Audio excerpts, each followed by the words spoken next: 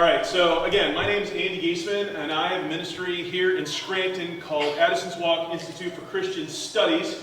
I'm essentially a person that ministers to college students, and I have a unique in that I'm in the classroom. I'm an adjunct professor here in town. I've taught at 3 of the 5 schools within the city limits of Scranton, and I haven't worn out my welcome at all of them yet. So we'll keep doing that until the Lord tells me otherwise. But it's a great opportunity to be able to engage 18, 19, 20-year-olds with some fundamental truths. And there are a few people in this room who have known me for a while. And yes, I'm as surprised as you that God would call me to a ministry like this. And that's a story in and of itself that I don't have time to tell you as much as I would like to. But the thing that I do want to share with you tonight, in a way to help us understand a little bit about this thing about a fragile intellect or an anti-fragile mind. Because if you have a social media account of any kind, and you have anybody that's connected to that social media account that doesn't go to your church, if you're a regular church attendee, you probably see memes and all kinds of stuff coming across your feed telling you you're an idiot if you believe things like Jesus was an actual person, or that you're really crazy if you actually believe he rose from the dead. Maybe he was a real person, but to actually believe the hocus pocus and the tricks of the Bible, nonsense.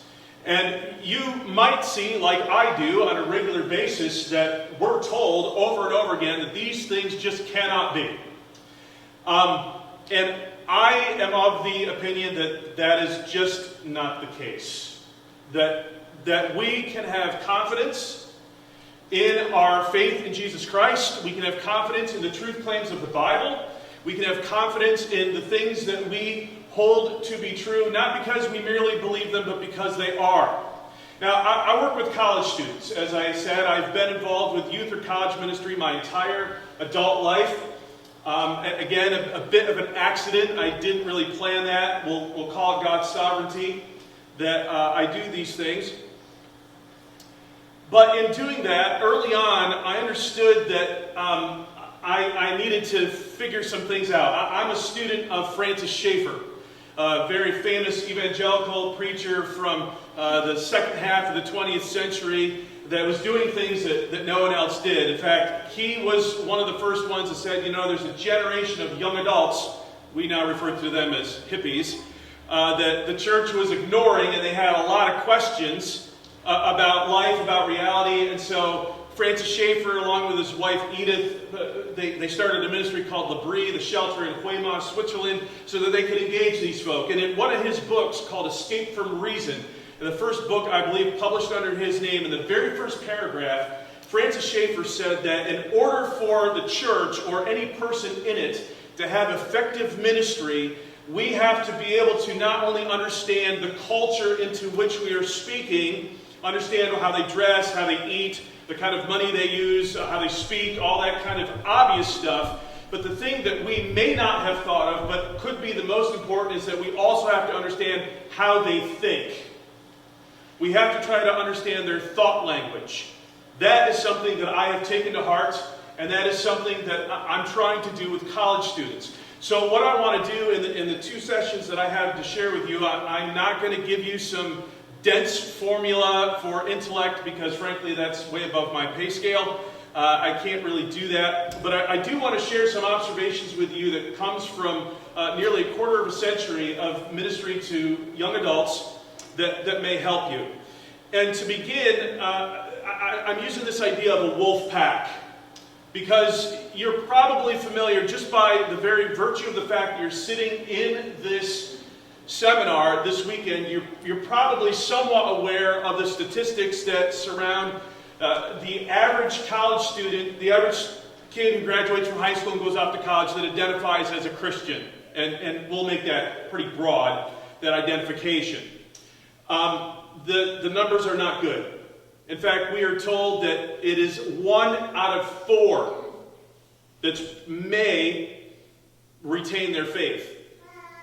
And that's within the first semester or 2 of college, and that's actually a conservative estimate. There's some that have the falling away rate upwards of 80% or higher. That's not good. It's really not good as a recruitment tool for youth ministry. Hey, pour your life into these kids. Take them on errands with you. Do mission trips with them. Teach them every week. And you have a less than 25% chance and all that stuff's going to follow through. That tells me maybe we're not doing a great job. That also tells me that after 50 some odd years of what has been considered professional youth ministry, a lot of things haven't changed. Maybe that needs to happen. And the way I'm going to go about talking about that is this idea of the wolf pack. I'm a bit of a history nerd. I like reading history. I like trying to understand it. There's always a good story, and I'm always looking for a sermon illustration, so it's a good place for me to go since I don't really watch football. So I can find stuff in history.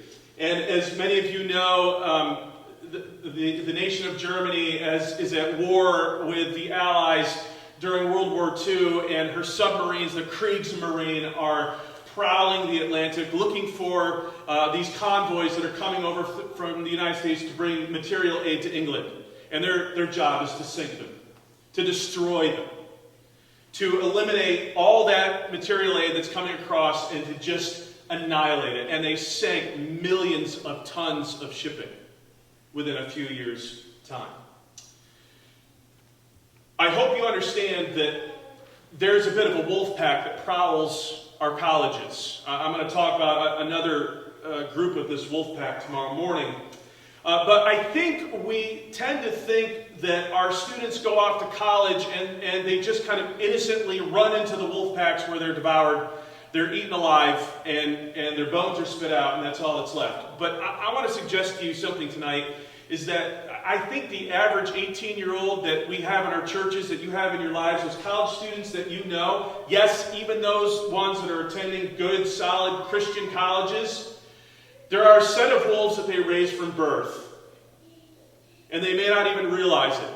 There's a set of wolves that they raise from birth, and they bring them with them to college, where they suddenly mature, and they turn on the student, and they're going to devour them.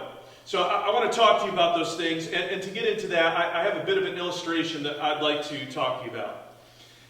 The 8th century, not really a period of time known for cranking out lots of books, but there are a few that were produced during that time that have left their mark and are still with us today. One of my favorites is called Beowulf. Outside of the Bible, and of course the Lord of the Rings, it is perhaps among the greatest Christian stories of redemption that I've ever read. It's fascinating. If you happen to see a Hollywood iteration of it, it's probably terrible. It doesn't tell the entire story. 2 words, Angelina Jolie. So that she was in one of them. It was really bad.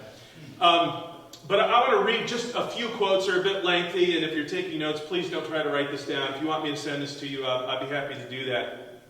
But I want to set the stage. It tells a story in the beginning of a king named Hrothgar. He's what the narrator refers to as a spear dane. He's a warrior king he's Danish, and he's a warrior king, and he comes from a long line of warrior kings that has always served the true and living God. But there's been a generation now that has fallen away after Hrothgar has built his famous hall, Heorot. And this is where the war Danes gather, and they sing their songs, and they drink their mead, and they tell their stories, and they recall their tales. They have fallen away, and they've forgotten who God is. And in this time of forgetfulness, they are visited by a terrible monster named Grendel.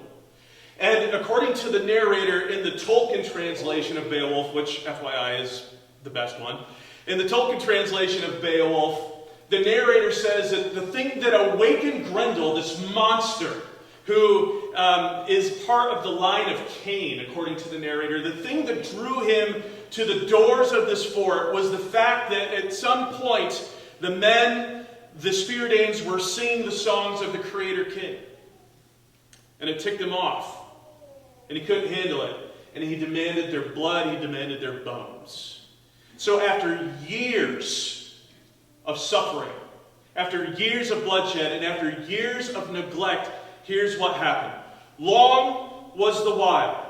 The dear Lord endured anguish and every woe and sorrow deep. Truce, he, Grendel, the monster, would not have with any man, nor withhold his deadly cruelty, nor accept terms of payment. The fierce killer pursued them still, both knights and young. If you would like to insert the word both college and high school students, please feel free to do so. Both knights and young, a dark shadow of death, lurking, lying in wait. Men know not whither, sorcerers of hell, and their wanderings roam. And then the narrator says this, talking about this time now where they have forgotten about the great king. He said, at times they, the Danes now, who are under attack and who've given up all hope and they no longer pray to God, at times they vowed sacrifices to idols in their heathen tabernacles. In prayers implored the slayer of souls to afford them help against the sufferings of the people. So according to the narrator, they're praying and they're worshiping and they're bowing down to the same thing, asking the same thing for help that is destroying them.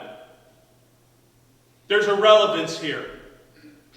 They were mindful in their hearts of hell, but they knew not the Creator, the judge of deeds, nor had heard of the Lord God, nor verily had learned to praise the guardian of heavens and the King of glory. One more, we're almost done. Woe shall be to him that through fiendish malice shall thrust down his soul into the fire's embrace, to look for no comfort, in no wise to change his lot. There is nothing that's going to change if they continue on this way. If they continue on this path, it's nothing but destruction, darkness, gloom, and despair.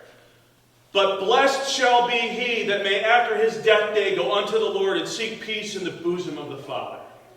Amen. Told you, this is a good Christian story. And this illustrates what I see. And it may illustrate what you see. Now, here's the thing. I think sometimes, if we watch news long enough, there's always going to be the news cycle of the marauding students that are going to pour into the large classroom in their university, and they're going to storm it, and they're going to say, down with the humanities, and they're going to trample the professor, and they scream, and they're dying as they're trampling underfoot. And we kind of tend to think that the average college student is somehow a cross between a drunken Viking and a Tasmanian devil. I don't see it that way. In fact, my students, I have never had a student who's been rude to me, disrespectful to me. In fact, I'm shocked how they go out of their way to be respectful to me. I don't think it's because they're afraid of me, because I'm too nice. Like, they call me by my first name and everything. So these are just nice kids. Yes, there are party animals where I teach, rest assured, and maybe I have them in my classroom, but they mask it well during the week. And if you think, well, that's amazing there's nice kids, but this is something I don't have to worry about because the college students that I know in my family or the ones that are close to us, they go to Christian schools. They don't really have to worry about this. You're mistaken. You are mistaken. Every student on the planet is bombarded with ideas, and by the time they get to be 18, and I'm painting with a pretty broad brush here, so if I go through this outline and say, this is not my kid, please don't be angry at me, come back tomorrow, it'll be over really soon, okay? So if you disagree with me, that's okay, but I'm just telling you from my observation, this is what I see. I think there are 3 wolves that the average student is given as puppies, basically as a child, and they raise them and they don't even realize it. So here's the simple outline that we're going to talk about tonight. No anchor, no boundary, and no book. No anchor, no boundary, no book. This is a bit of a mixed metaphor. So I'm telling you these are negatives, but these are the wolves that they have. So I've never met a metaphor I don't want to mix. Shaken, not stirred. So that's okay. I don't mind doing that. We're gonna mix the metaphor, but we're gonna talk about these 3, and I want you to be aware of them. But raising awareness only never takes care of a problem. Never takes care of a problem. Let me say that again. Raising awareness never makes a problem go away. It does not make it stop. But we got to start somewhere, so let's at least identify one of the problems, and maybe some of us in this room could begin to do something about it. Now, I do have a very strong Baptist background. I did think about making this all in alliteration, all B's, but I couldn't make myself do it. I thought I could do like no ballast instead of no anchor, but I'm sorry, it's a Baptist joke. You're just going to have to forgive me. So this is the simple outline. This is it, just 3 things that I do want to talk to you about. So it will not surprise me if the first 2 resonate with you, like, yeah, I kind of expected that. And it also won't surprise me if the 3rd one, you might say, well, yeah, I never thought of that, because frankly, it took me a while to figure it out, but maybe you're way ahead of me and you know it already. But let's talk about this no anchor thing. There's a book that was not really finished, it was just stopped in 1945, and it's probably a book, it wouldn't surprise me if no one in this room has ever heard of it. It's called Mount Analog. Has anybody ever heard of this book? Okay, I didn't think so. You don't need to add it to your Amazon list. It's really not that great, but it literally ends mid-sentence. It literally ends mid-sentence. It doesn't come to a conclusion, it just stops. Its author, a guy named René Dumont, in 1945 was working on this book. There was a knock at the door. He's French, if you couldn't figure that out. There was a knock at the door. He went to the door to see who was there, and he was so sick he could never pick up his pen again. He died of tuberculosis, and I will tell you how he got tuberculosis here in a couple minutes. But this is one of those cultural phenomena that you may have never heard of, but has had and continues to have a massive amount of influence. I could have picked any number of books, weird existentialist books that I've read, but this one I do think, captures the idea of what I'm trying to talk about here about no anchor. You see, René Dumont was a guy who was born in France, and I believe, if I remember my numbers correctly, he's born around 1905. Actually, my own grandfather is older than this guy. He's born in 1905, and he saw the horrors of World War I in France. And his family had to move around quite a bit just to get away from the fighting. They were basically refugees in their own country. René Dumont, in his own autobiographical writings and essays, said that early on, he gave up on God. In fact, a relative in his life, an older uncle, I believe, began teaching him about more dark ways towards spirituality, things that are coming from the Far East and things that have nothing at all to do with Orthodox Christianity. And these were the things that young René Dumont he took on for himself, because he grew up in what was basically atheist France that is still shuddering from the French Revolution not all that many years before he was born. Mind you, the French Revolution had slogans like, "Let us strangle the royalty with the entrails of the priesthood." Not good. So this is the world in which René Dumont grew up on. So he gave up on God, but he wasn't totally an atheist, because he still believed that he wanted to have a contact with the divine. He wanted to touch God. He wanted to touch the divine without God. This was his goal. And frankly, one of the ways that he attempted to do that was by huffing chemicals, hence dying of tuberculosis at a young age. Are you coming to yell at me? Won't give me water. That's way too early to be in trouble. Okay, thank you. So René Dumont was seeking to touch the divine without God. And he actually tried getting high by, like I said, huffing chemicals, which destroyed his lungs and took his life early, really quite sad. But another thing that he was really into was mountain climbing. And in this book, Mount Analog, the narrator talks about the narrator talks about how he wrote an article for the French equivalent of National Geographic saying, you know, all religions have a mountain motif. Now think about it, ladies and gentlemen. All major world religions, do they have mountain motifs?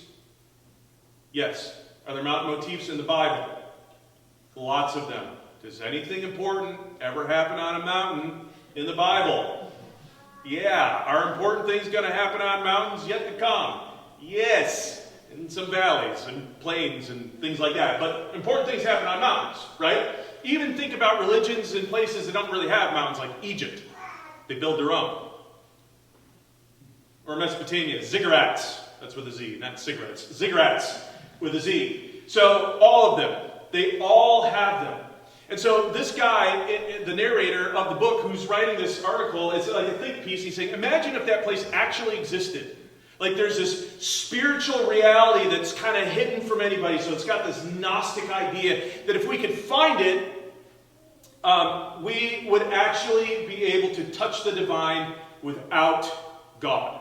Well, he gets a letter back from a person that you're going to meet here in just a second. Says, yeah, I really think this exists. And so then it's this kind of weird, mystical, Indiana Jones-esque type adventure where they go looking for a mountain that you can only find when you're not looking for it. Just makes your head explode if you use a wee bit of logic.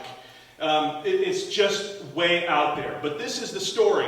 And over and over and over and over again in the story is this theme that comes up that you have to seek your own path. You must seek your own path. That is the only authentic way to find any kind of reality. You have to blaze your own path. And along with that, you never, ever follow the path of another. Now, have you ever seen a Disney movie? Anyone? DreamWorks, Pixar, Sony Animation? Have you ever seen this theme before? If you haven't, I'm amazed. It's everywhere. Have you ever attended a public high school graduation? Have you ever attended a Christian high school graduation where you just want to poke something into your eyes to make it stop because you're like, that's not true! Right? Think about the times you've gone to something like that, probably within the past few, well, nobody's been to graduation this year, but you know what I mean. So, like when, pre-plague, when we used to do that kind of stuff, we'd go and some knucklehead, either the valedictorian or the special speaker, they're going to get up and say, now, as you cross this stage and you go out to make your mark on history. Now, honestly, what 18-year-old is thinking that? Can you honestly tell me? Now they're like, where's the after party and how do I sneak home when it's all over? That's on the agenda for that Saturday afternoon in June. Am I right? But it's the next part that drives me insane. Because someone always will say at every single one of these events, and as you go out and you find your way in life, do not let anyone tell you what you can or cannot. Oh, so you've heard the speech. See, I'd say it better. I could actually make money doing this. Do not let anyone tell you what you can or cannot do. You are the captain of your own destiny. You are the master of your own fate. You must decide for yourselves what is right and wrong. And how do I know that? Because my students write it in their papers all the time. I have well over 1,000 documented cases that, no, I didn't save, but I could probably dredge up somewhere and show you. This is everywhere. This is the Bible of this generation. Now, there is a character, the person that's going to actually kind of lead the expedition. He's a guy that got kicked out of a monastery, and he goes by the name Father Sogol. I'll let you see how it's spelled there down at the bottom. For those of you who are good with word puzzles, you will notice that that is logos, backwards. That's not an accident. So, the young man who's writing this article, he goes to Father Sogol and he has a conversation and he says, why do you want to do this? And here's what Sogol says. But where to look, where to begin? I had already traveled the world, stuck my nose everywhere, into all sorts of religious sects and mystical cults. But to each one it was always maybe yes, maybe no. Why should I stake my life on this one rather than another? You see, I had no touchstone. There's no anchor. There's no way to determine reality. And we are shown this over and over and over and over. We are bombarded, and maybe not so much you and I if we're not absorbing all that much media, but I guarantee you the young people in your lives are. From every angle. If they're still so pedestrian that they actually listen to the radio. Does anybody still do that in the car sometimes, I guess? No, sorry. Old guy. So they might, or they're binge watching whatever show all the time. It makes me think of a very popular film that came out not all that long ago called Inception. It's a thinking person's film, and it's all about the idea: can we plant an idea into someone's mind and make them think it is original? That's the crux of the film. But they do this within dreams. And I needed a flip chart the first time I saw this movie because it's like a dream within a dream within a dream. right? I'm like, whoa, what's going on? And so the characters within the movie, they're actually like, whoa, is this reality or is this a dream? And the way that they figure it out is that they all have this little thing called a totem. And the totem may be like a top that you spin. If one character, if they spun their top and it never started losing its rotation, just spun and spun and spun and spun and spun, then he knew he was in a dream. However, if it began to lose rotation and wobble to fall over, then he knew he was in reality. Except the problem in that film, the person responsible for creating the totem is the character. So reality begins with the individual, ends with the individual. There is no anchor. Christian thinker and author Rod Dreher, in an article that he wrote last summer, talking about the demise of seminaries, and I'm not talking so much about independent seminaries, but he's talking more about mainline seminaries. He said, an authentic journey is completely unshackled from biblical, theological, ethical, and community restraints unless the traveler personally chooses them. The emphasis has not come, is certainly not upon a student saying, look, there's a body of truth that I have to respond to, but it comes down to the student saying, is this something that I think is right for me? Which is entirely the wrong question. It's not dealing with the objective nature of reality and truth. It's dealing with the subjective nature of reality and truth. So, how do I know that this is happening? How do I see it? Well, I'm glad you asked. In the classes that I teach, I do very few exams. In fact, I only do one exam. I do an essay exam at the end of the semester. That's the only exam that I do. I have my students write critical reflection papers throughout the semester because I think it's just too easy to memorize a bunch of information and regurgitate it onto a paper, because that's what I did in college. It's really easy. I avoided papers. Now I'm that guy. And they write and they tell me, particularly in the ethics classes that I teach, all about this stuff. They have told me things like, and this is not off the wall, this is very common, I see it all the time. I'm teaching the same course right now, and I've seen it in their papers. They will write in their papers things like, there is no right and wrong system, it's right and wrong system, it is always up to the individual. Or, they'll take it a step further and they will say, no, it's not just up to the individual as a system, but actually claiming there is an objective yes or no for moral issues is actually immoral. And they really believe this. Now, I have a hard time wrapping my mind around how that works, and then if we ever get to talk about it, I do remind them, by the way, no one would dare consistently live like that. There's not a person on the planet that would dare consistently live like that.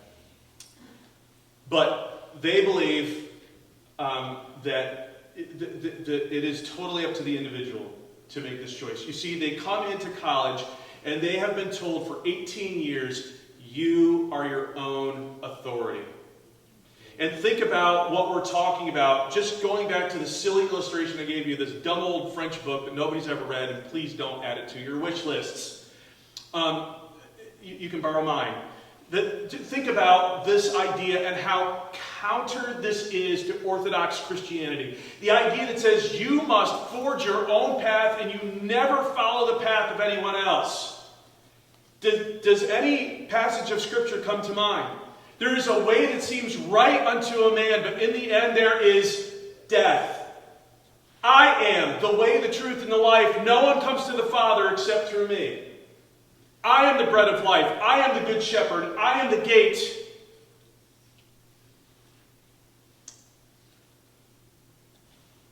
Or how about passages that say, trust in the Lord with all your heart.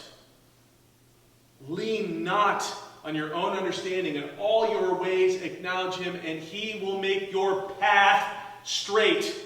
In other words, He's going to take you home. The generation of students that we're ministering to that we're falling away, and part of the reason that they're falling over the edge is because no one has stopped to tell them, no, it's not up to you. Because as I've seen in a post, I can't remember where I saw this, maybe it was even today or even yesterday, the church has lost its ability to lead, and we think that it's our mission just to nurture. not. That is not our main goal. Now, we don't want to try to make you feel uncomfortable, but if you do, tough. We have to say that there is a yes and there is a no, and we have to be able to demonstrate that, and we have to be able to show reasonably, look, yes, there is something that is alluring about this find your own path, choose your own adventure kind of life, but what is the end? It cannot lead you anywhere. Go back to Beowulf.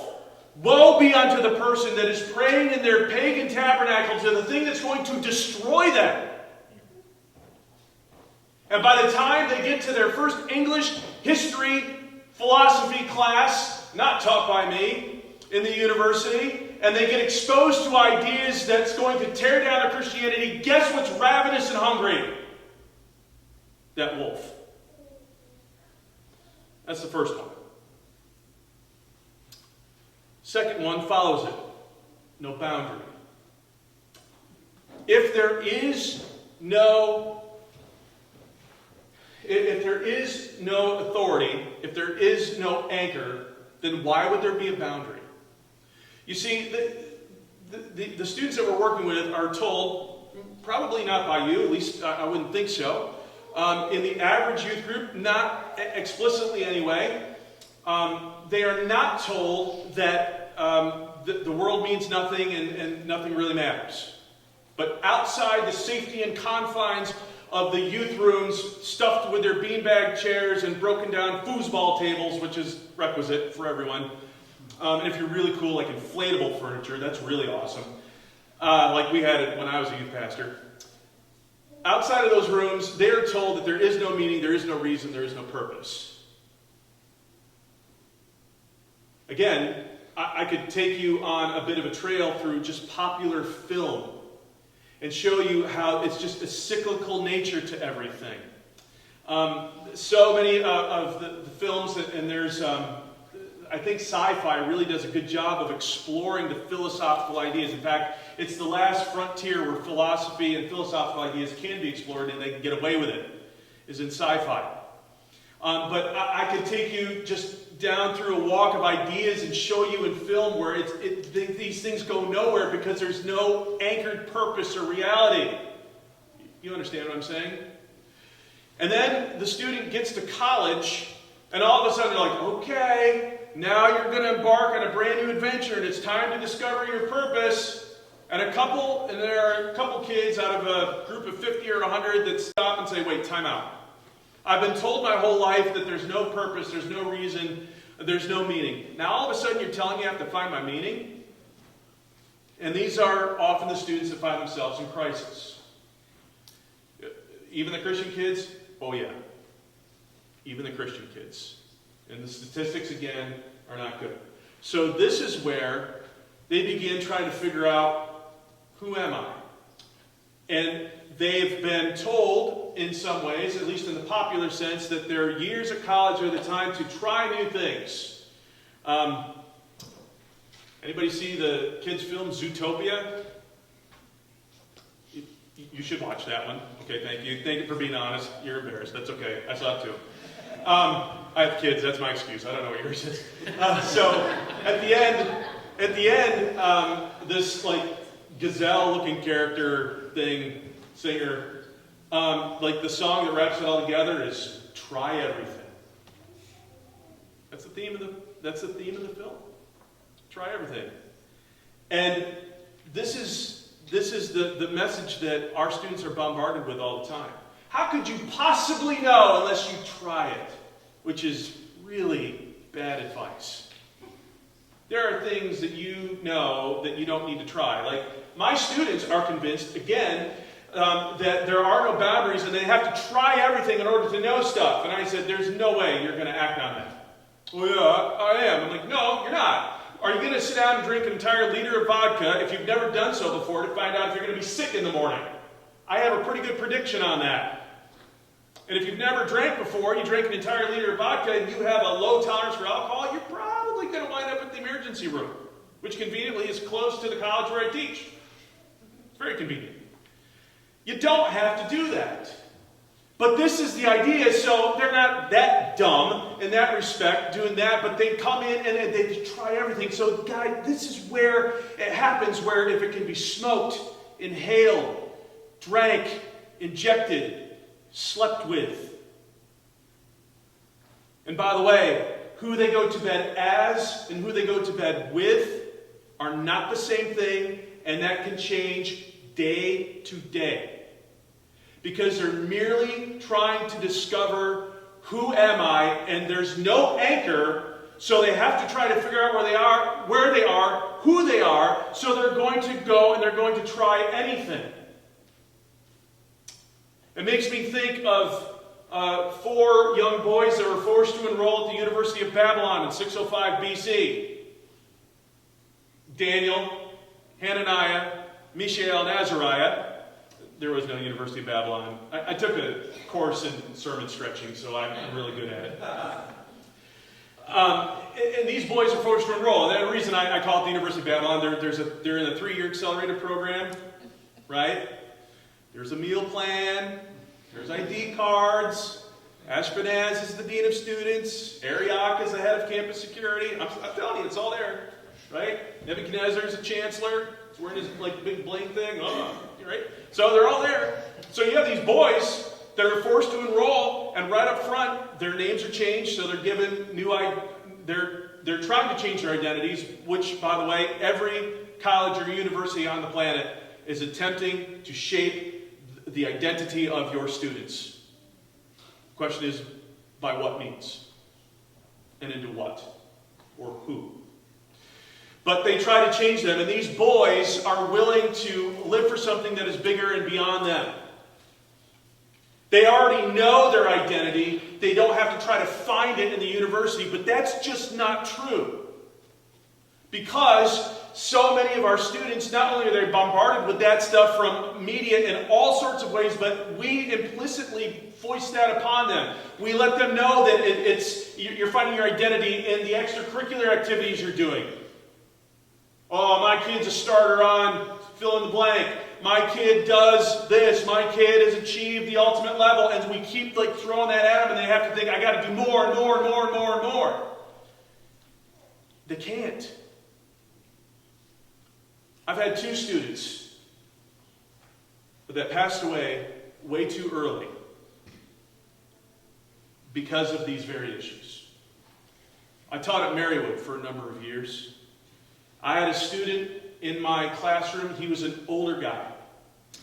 And I'm looking at him going, boy, you have a story. Because you can just look at him. He wasn't like me old, but he was older than the average 20-year-old in my classroom. And his name was Justin. And Justin was a tall, good-looking kid. He was really built. And I got talking to him, and I found out that Justin was a recovering drug user. And he's getting his life back together, and he was in college. That guy, his fiance, and his 5-year-old son have been to my house for dinner. And he can put away the spaghetti. Justin died of an overdose a few years ago. Because he was always struggling with the boundary. I had another young man, I cannot even begin to give you the details, took his own life. One of my theology students. I can't even begin to give you the details, but I can tell you this. The one anchor and boundary that he thought that he was sure about utterly failed him, like they will every time.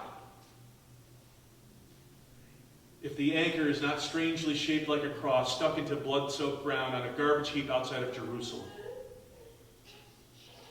No boundary. Lastly, no book.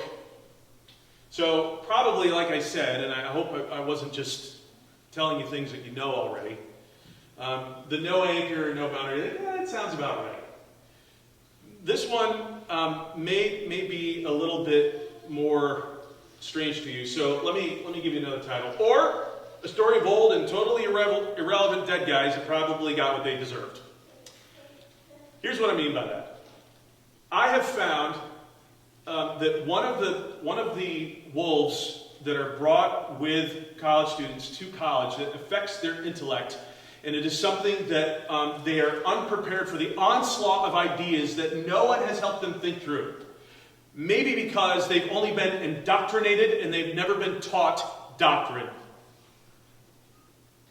There is a difference, a massive difference. If you would like an example of what indoctrination looks like, go out and get yourself a copy of Aldous Huxley's Brave New World and read about that dystopian reality and how the people who are not born but are decanted, it's really gross, in that story, how they are chemically altered to be what the state wants them to be, and how they are constantly indoctrinated from the time they take their first breath as to who they are and what they are supposed to believe. Nobody explains the doctrine. They merely have it shoved down their throats. That's a recipe for disaster within our churches if they're not taught doctrine and they're only indoctrinated. And the way I see it is that, of course, students who go to even, the more prestigious schools in the county, in the city, in the area, do they know how to read? Of course they do. But by and large, they're just functionally illiterate because they don't know how to read a book. They know how to mine a book for data, but they don't know how to read a story. And what's even more frightening is they have a very, very difficult time seeing themselves within a story. And part of the problem that we have within churches, maybe not your church, and I would not assume this church, but I know churches that I've been to, and I'm in lots of churches. I've seen it over and over. We never teach the whole story as literature. We lift out pieces and we set them down, and we do a little series on this idea that may or may not have anything to do with the context of the passage, and then when we're done, we put it back in, and nobody ever sees the big picture. Have you ever seen that? I bet you have. So here's how I noticed that. I teach, like I told you, an ethics class. And in the beginning of my ethics class, we always do the same four texts over and over. They are the four classic texts that deal with the accusation and then execution of the Greek philosopher Socrates. I find it fascinating. There are four primary texts that deal with the life of a man who did not write anything down, who was essentially poor, that had disciples. All we know about him was written by his disciples, and he was executed by the state. Sound like anyone else you've ever heard of? And there's four of them. It's just fascinating. And I'm not the first one to make that comparison. People, even those who aren't Christians, say, well, the greatest teacher in history, Jesus of Nazareth. Number two, Socrates of Athens. And that's okay. Don't worry, the hellfire's not going to come get you. It's okay to say that. So I'm fascinated by this story. And so here you have this guy, he's 70 years old, and in the very first of the dialogues, it's called the Euthyphro. And in this dialogue, Socrates finds out that he's in trouble for something. He goes to answer the charge, and he runs into a buddy of his named Euthyphro. And Euthyphro is saying to Socrates, everybody loves you. How could you possibly be in trouble for anything?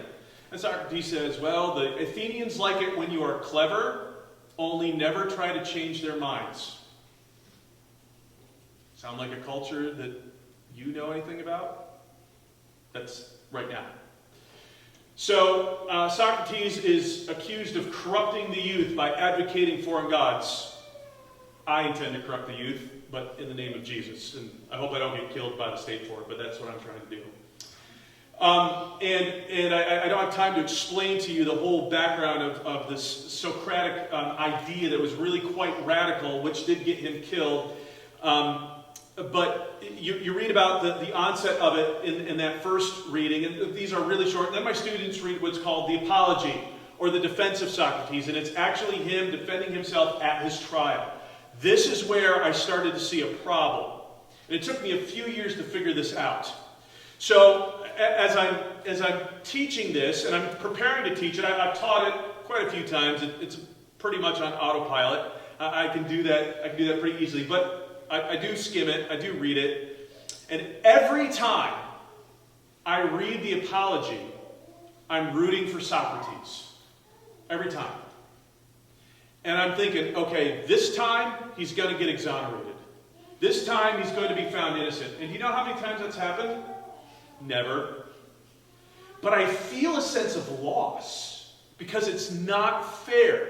Now, if Socrates had escaped, like he had an opportunity to do in the third dialogue called the Crito, we wouldn't even be having this conversation, right? If Jesus had called down a legion of angels to strike down the Romans and all those who stood against them, would we be standing and sitting here today? No. So, I get it. That doesn't mean I have to feel good about it. Yes! Again, Socrates is found guilty. He's going to drink the hemlock big gulp and go off to the forms in the sky. Yes! And the first couple times I've taught this, I thought surely my students are going to see the injustice. And so I have a habit when I'm in class, they have their reading, and I encourage them, just try it. You don't have to be an expert. That's why I'm here. I need to be needed, blah, blah, blah. So let me try to explain it to you. But I am going to ask you, what did you get? What did you think? And they come in, and I say, okay, so make some observations. And I was shocked the very first time my students said, yeah, Socrates, he kind of deserves it. What? What translation are you reading? I don't have that. What do you mean he deserved it? Well, he asked a lot of questions. Yeah? So does my 10-year-old. Which does kind of drive me nuts, come to think of it. But yeah, so he asks a lot of questions. But he's not just letting people go when they answer one of his questions. For instance, in the first dialogue that I told you about, this guy Euthyphro is acting as a prosecutor. So Socrates says to him, well, surely you probably know what justice is. I may need to know that for my own trial. And Euthyphro cannot answer the question. He only tells him how it works. He never tells him what it is. That's not the same thing. And so he kept asking questions. And I say, what? You guys don't see the injustice here? And they just don't. And they feel nothing. And they don't see it. I have to be honest with you. It's the same darkness I feel every time I teach or I read Homer's Iliad. And if you're thinking, wait, have you read that more than once? Yes. It's weird, I know. But I've taught it a few times in a few different contexts.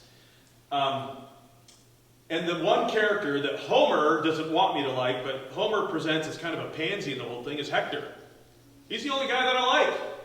Hector kills Achilles' best friend, Patroclus, which gets Achilles out of his tent because he's sulking like the whiny crybaby demigod mama's boy that he is, and he decides to get back into the battle because his best buddy gets killed. And so he goes out and he does singular battle with Hector, who killed his friend. So he calls him out. He's like, Hector, come on out.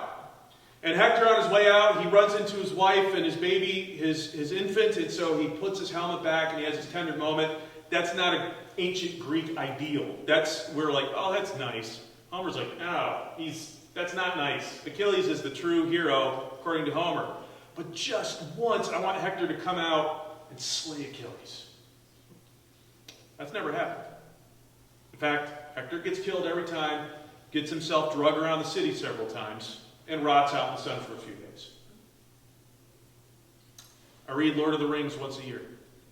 I root for Gollum every time. Because he's redeemable. He's so close. He's not so far gone. And honestly, he's a victim of the power of the ring. Isn't he? It's the same thing I feel every time I take communion. And I get it theologically. I really do. You can trust me on that. But I'm not just celebrating the death of a good man, but the good man. I'm broken by that. You see, the average 19-year-old, can't do that. They don't know how to read a book. They don't know how to pull from several sources of a body of ideas because all they know what to do with the book is to mine it for data. Well, here's the question. I have to find the word, underline it with my highlighter. That's the highlighter sound if you didn't know. And that's all that I need. I got the term. I'm done. A couple years ago, my 9-year-old came to me and said, Dad, I'd like to watch The Lord of the Rings. I want to see the movies. Well, because we parent in what we like to call the right way, I told him, you may, but you're going to earn the right to read them. I didn't even know who Tolkien was when I was 9 years old. I didn't even know who he was until after I graduated from high school. Yes, I'm that old. We didn't have the movies, so forgive me. So I just didn't know. And I wouldn't be allowed to read it even if I did know when I was a kid. So he said, okay, my kids are good readers, and they'd already read The Hobbit, which is a little easier for that age. I said, but this is a little harder. It's 1,000 pages total, right? He's like, yeah. I said, you going to do it? Oh, yeah. And he did. But to help him, I said, Sean, I'm going to tell you my favorite chapter in every volume, and after you read it, we can sit down and talk about it. Okay, Dad, what's your favorite chapter in the Fellowship of the Ring? And you may not know what this means, so for those of you who are in on this, this is for you. I said, well, my favorite chapter in the Fellowship of the Ring is called The Bridge of Khazad-dûm. My 9-year-old says, that sounds a little scary. Well, you read it, you find out. So he starts working on it. And it's taking him months. It took him a year to read Lord of the Rings. He read other stuff, but that's tough sledding for 9, 10, 11-year-old, right? And I wasn't really keeping up on where he was, but I had no doubt when he got there. It was the morning, and I'm the last one up. And my only goal is to get caffeine to my central nervous system. Can I get a witness? Thank you. So I'm just barely ambulatory to get down the stairs to get to the kitchen. And I don't even get off the landing. And there's a kid in front of me who has clearly had a meltdown. So here he is, red-faced, puffy eyes, snot in his nose, quiver lip, and he stops me, Dad! Gandalf died? Ah, I see you've read The Bridge of Khazad-dûm. Yes! And I'm going to blame the fact that I wasn't properly medicated with caffeine, but I'm like, yeah, we'll talk about it later. And I shove him out of the way and I'm like, no, I'm not getting the Dad of the Year award, sue me. So later on that day, I thought, oh, boy, did I miss an opportunity. And I said, Sean, let's go out and sit on our porch swing and talk. No, okay. So we go out and sit down, and I said, so I got a question for you. Were you crying this morning when you told me about Gandalf? And I'm like, trying not to have my voice break when I ask him this question. I'm trying to act like a tough guy. And he's embarrassed. And my son doesn't try to act tough, but, you know, he's realizing, wait a minute. And he actually verbalized it. He goes, well, yeah, but it's kind of stupid, isn't it, Dad? Because I'm crying about a fake wizard in a made-up land and a place that doesn't exist and a story that never happened. It's not real. And I cried like a little girl. I'm like, don't let your sister hear you say that, because she'll punch you in the face. But he's like, yeah, I cried like a little girl. I know. I said, but Sean, I'm proud of you. What? How can you be proud of me? I said, well, I know that those characters aren't real, and that's not a real place. But let's talk about some things that are real. About friendship, loyalty, purpose, mission, sacrifice. Are those real? Yeah, Dad, those are real. They're so real. I said, yeah, you're right, Sean. And you have the ability that your peers will probably never have. To actually be able to open a book and read it and understand it, and not just get duped by somebody telling you what you need to know, but you actually have the skill to do that. I'm telling you, the average high school student can't do that. Now, some can, and maybe those of you who are considered high school students in this room, you can't. So please, don't be offended. I'm just telling you what I've seen.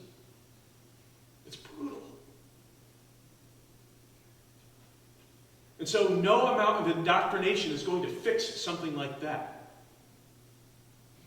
The very first time they run into an argument counter to what they believe, there's a very good chance they're going to crumble. I've seen it happen after one class. And the intellect falls apart. Just a week ago, I was on the campus of Alfred University in Alfred, New York. Have you ever been to Alfred? It's a suburb of Hornell, New York. Never heard of that either, have you? Yeah, there's a reason for that. So the town of Alfred has literally like 1,000 people in it, but it has two large universities on either side of the valley. A road, not a highway, just splits this valley. It's in the Allegheny Mountains. On one side is Alfred State University, part of the State University of New York, and then across is Alfred University, a private school. I visited there 3 years ago. I was asked to come speak at a campus ministry organization, the InterVarsity group that is there, and I've since become friends with the woman that oversees that. I was back there interviewing her for a book idea that I have, and I spent time and I walked around the university, and I like to do that. I do that as much as I can. If Daniel is the Old Testament university passage, then Acts 17 is the New Testament university passage, when you have Paul at the University of Athens, also not a real thing at the time. But when he gets a chance to speak in the Areopagus, he says, "Men of Athens, I see in every way you are very religious, because I have looked carefully at your objects of worship." I do that when I visit universities. I go try to find out their objects of worship. I go to the student union, whatever that may be. I look at the bulletin board and the posters. That tells me a lot. And then I go to the bookstore, and because I'm a nerd, I go look at not the t-shirts and stuff, but the textbooks. And I look at history, English, religion, and philosophy. And it gives me a bit of an idea, the tone, the tenor of the school. But the first time I was on Alfred University's campus 3 years ago, I'm looking at this giant statue of this guy Alfred, and I'm like, who's this guy? Anglo-Saxon king. What? Why would they name a university after this goof? That doesn't make any sense. I mean, he's kind of wearing a dress, and he's holding a shield. It just doesn't look, like a skirt on. He's up on a pedestal. It's very inappropriate. All the stuff going on. And I thought, what is going on with this guy? And then I have a friend, totally unrelated, that's a philosophy prof out in Michigan. And we were sitting and talking a couple years ago, and Alfred comes up. I'm like, yeah, I know Alfred. He's like, you do? I said, well, I know of a university name for him. He said, yeah, but do you actually know why? I don't really know anything about him. And I started learning some things about this guy, Alfred. I'm going to tell you a bit about him as we just get ready to wrap up here. Alfred the Great was a king in England, and he is the only English king to have the title Great after his name. He came to the throne in the second half of the 9th century in one of the 4 kingdoms of England called Wessex, in the southwest corner that abuts up against Wales. There are 4 kingdoms of England. There's Northumbria, East Anglia, Mercia, and Wessex. By the time Alfred took the throne of his kingdom of Wessex, and by the way, he wasn't supposed to, he had 2 older brothers that were killed in battle before him, and poor, sickly Alfred, that historians believe had Crohn's disease, takes the throne. For 100 years, prior to him taking the throne, the Danes, the Vikings, had been burning and pillaging their way across England. The other three kingdoms had fallen.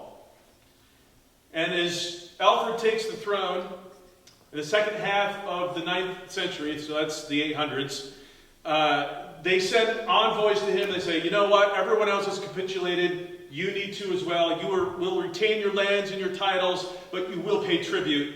And Alfred basically said, if you want it, come and get it. So the Danes rolled in to Wessex, and Alfred had to flee with a few of his retainers into the swamps of Wales. One historian that I have read said that Western civilization itself was reduced to 30 square yards of swampland for a few months because Alfred had no one to help him. The Irish and the French were under the knife of the Danes. The Spanish and the Italians, he couldn't ask them for help either because they're busy fighting off Moorish invasions. It's not going well. He's the only one left. So he put out a call, and he said, let's just see what happens. And on a particular day, he went to this place in Wessex called St. Cuthbert's Stone. St. Egbert's Stone, excuse me. And so as he's standing at St. Egbert's Stone, wondering what's going to happen, men start flooding out of the forest from the fallen kingdoms of England. And he said, if you will lead us, we will follow you. We want to defeat the sea wolf, as the Danes were called. There was a decisive battle that Alfred won. The Viking lord, the Jarl, his name is Guthrum, converted to Christianity. Alfred could have had his head, but instead he said, I will be your godfather, and renamed him Athelstan, standing stone. And for many years, England was at peace. The Vikings were not just one nation, but for many years, the kingdom was at peace. And the 4 separate kingdoms began to coalesce under Alfred's reign. Now, not only should he not have been king, not only was he sickly, not only was he a good leader, he was an ardent follower of Jesus Christ. And he was learned, having been raised in the court of Charlemagne. And he started looking around and he said, you know what, we have to rebuild because the intellect needs to be defended. It needs to be fought for. And so Alfred himself began translating Latin texts into Anglo-Saxon. And one of them famously is called the Preface from Pastoral Care. Sorry, I'll put it back up there in a second. The Preface to Pastoral Care from Gregory I, which was written in 590 AD. Let me read it for you and I'll put it back up. So Alfred wrote, he translated it, and in the beginning he wrote this. When I considered all this, the destruction, I remembered also how I saw before it had been all ravaged and burnt, how the churches throughout the whole of England stood filled with treasures and books. And there was also a great multitude of God's servants, but they had very little knowledge of the books, for they could not understand anything of them because they were not written in their own language. As if they had said, our forefathers who formerly held these places loved wisdom, and through it they obtained wealth and bequeathed it to us. In this we can still see their tracks, but we cannot follow them, and therefore we have lost both the wealth and the wisdom, because we would not incline our hearts after their example. It's happened in the past. Nearly destroyed Western civilization as we know it, which all of us in this room are the beneficiaries of. These are wolves. These are not people. These are ideas. We could look at the 2 classic passages, for real this time, dealing with spiritual warfare in our New Testaments. Ephesians chapter 6, which everyone knows, we wrestle not against flesh and blood, but against the principalities, the powers, the rulers of darkness of this age. And then we have the whole armor of God, so it makes for really good vacation Bible school material because you can dress kids up, right? But then the other one that's just as important, but not nearly as famous because there's no dress up involved, is 2 Corinthians 10, where Paul, same author, writing to the church of Corinth, says, we are in a fight, but we do not fight as the world does, but we do have weapons. But our weapons are divinely forged, and they are used to tear down the strongholds that set themselves up against the knowledge of God. The arena of battle is the mind, and the enemy is bad ideas. These are the wolves. Instead of nurturing, I think we should do something else. When I first heard what I'm about to tell you, I thought it sounded radical. I have embraced it. You're free to disagree with me. We need to come to our great halls and sing the songs and have the bard tell the stories. And we need to encourage one another. And as we lift our voices, rings in the rafters. But we do not stay there. We together visit the divine armory and we suit up. We open the doors and we step into the night and hunt wolves. Why? Because there's a generation at stake. If we fall victim to the idea that niceness is the ultimate Christian virtue, we're going to continue to fail. Niceness is not a Christian virtue, by the way. Kindness is. Not the same thing. Meekness is not weakness. It's power under control. But there's an entire generation falling over the edge. And they're getting attacked from the perspective of intellect. It is time we stop and evaluate, ask some hard questions. What are we teaching? Are we teaching at all? And are we preparing them for the battle that lies ahead?